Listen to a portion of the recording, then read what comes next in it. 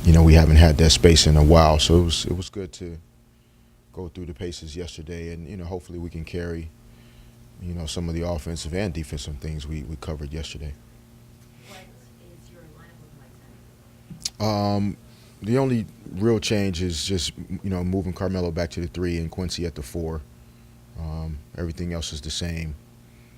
Um, Orlando's they're a good young team. They've played well early this season. They've lost some close games to some good teams. Channing Frye's a guy that you have to keep an eye on, and at least starting out, we like Quincy's activity to be able to do some things that we want to do defensively, as well as offensively in terms of being able to run the floor. now? He hasn't had a lot of minutes lately. Is that because of the rotation, because of Bello, when he played smaller? Yeah, a little bit of it. He had the wrist that kind of I thought slowed down the progress that he was making with our team, and so we had to go away from him for a couple games just to give his wrist a chance to calm down, and maybe a game or two after that, going into the last two games against Atlanta, where we saw an opportunity matchup wise to try Carmelo at the four, see if it could give us some more floor spacing offensively, and get some things going on that end. But I've always been fond of Quincy's activity and his level of aggression out on the floor. And so, we're hoping having that back in the lineup to start will be good for us, and hopefully in the third quarter as well, if we go with the same lineup, having another activity guy out there to give us a jump start in the third as well. Derek, Phil talked a couple of days ago to the media, and he made a remark about the triangle, and he said that by after Thanksgiving or December, we'll know who's going to get it and who's going to learn and who's not. I mean, you feel that's a fair assessment of how long it would take to figure out if a guy is going to comprehend what you guys are trying to do? I mean, I don't know if it's a fair assessment or not. I mean, that's, he obviously knows a lot about this offense. But, I think it's more than just whether or not a guy is going to get it.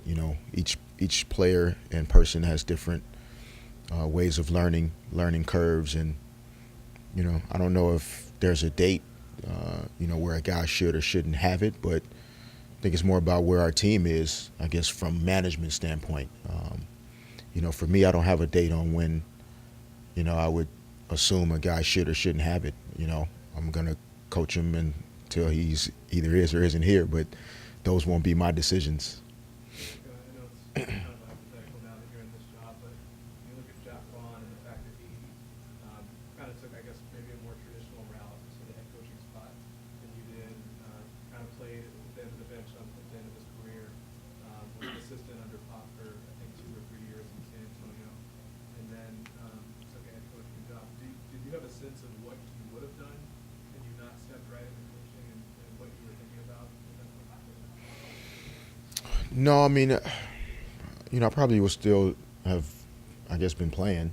If maybe not presented with this great opportunity to be here, but I don't think much about what I would have been doing at this point. I'm all in here with this process, and I think back to Jock. He's done a tremendous job with a team and an organization that's gone through quite the transformation since Dwight Howard leaving, and restarting from the beginning basically, and you can tell that he's instilling a certain type of culture and building habits with young players that and draft picks that'll last them a long time. And so I'm sure his experience in San Antonio helped him, and I think he's doing a fine job as a coach. As part of that, I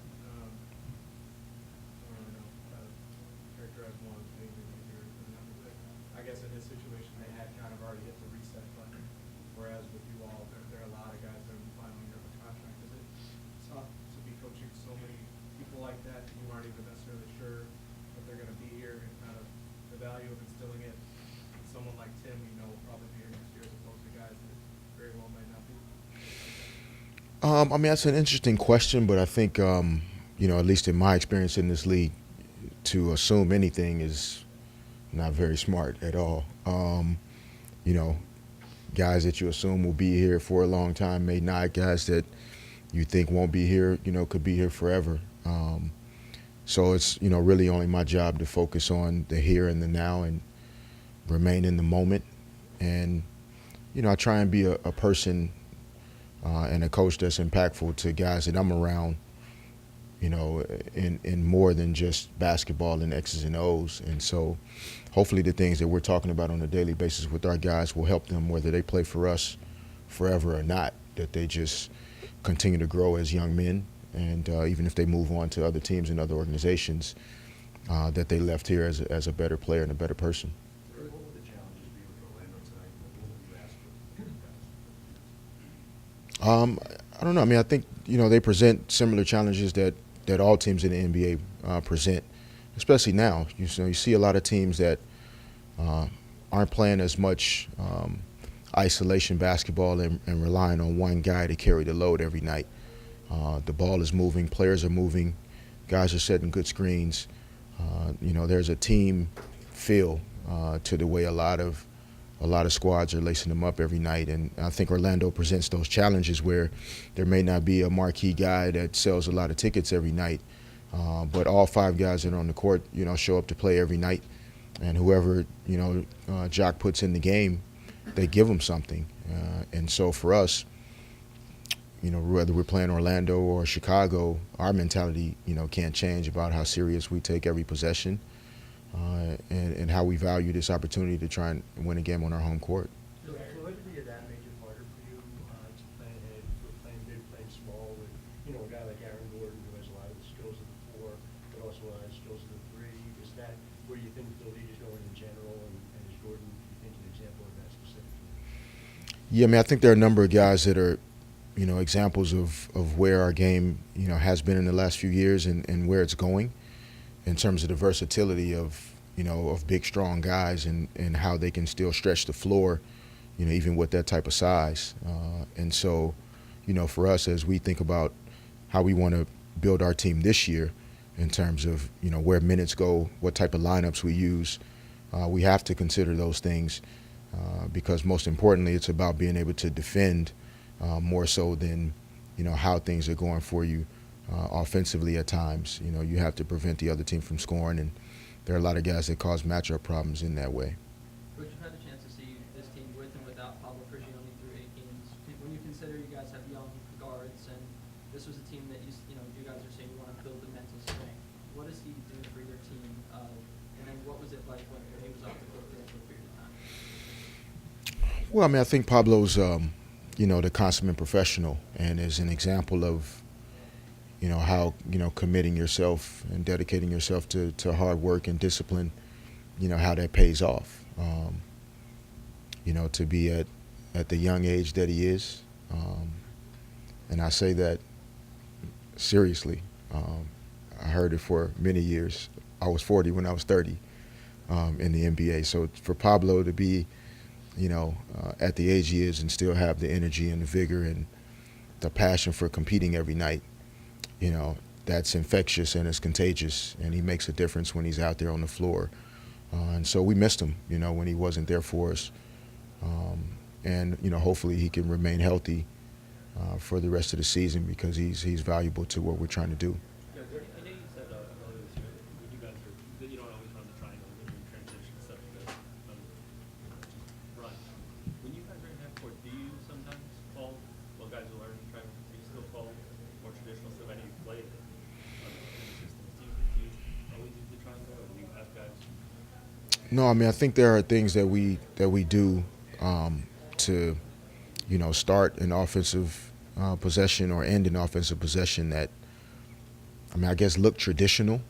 But, our offense is just kind of a format in the system. It's not really, I guess it's different than what other people do. But, Atlanta, for example, they might start in a wing screen roll, but if that initial action doesn't work, the two bigs come up to the elbows, they pass it to the bigs on the elbows, they start splitting and cutting, and that's basically what we do. Any update on Yeah. Any updates on Andreas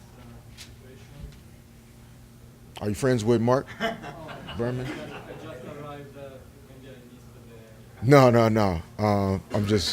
I'm just being funny. No, I'm joking with these guys about how I'm still getting comfortable taking the medical questions, as a coach. But no, there isn't a set timeline at this point. I can't tell you that Andre is, he's progressing well.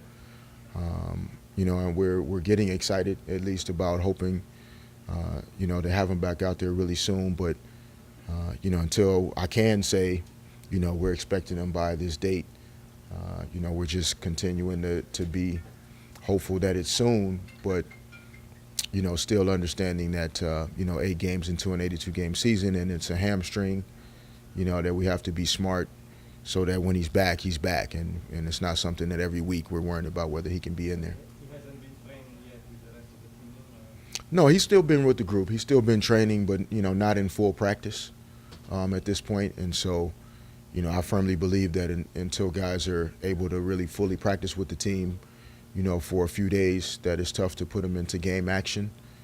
But hopefully soon, I'll have an answer for you, for Mark, and for everybody that's asking about Andrea. But the 13 guys dressing out tonight, that's who we need here tonight. Derek, can you just assess what we've got from Down in terms of his rebounds? It seems to be good for his minutes. So, like, do you need more scoring? More scoring? No, I mean, Sam's, role or responsibility in terms of scoring, it's a nightly thing, and that's what we're trying to get all of our guys to understand is, your role. The only thing that's set in concrete in terms of your role is your effort, your energy, your commitment to the team, playing hard, giving everything you have. Some nights you might get 4 shots, 10 shots, 1 shot. So we're not measuring you by those things. And Sam is continuing to evolve. And as a big, guys aren't asked to be playmakers a lot of times in this league. They're just finishers of plays.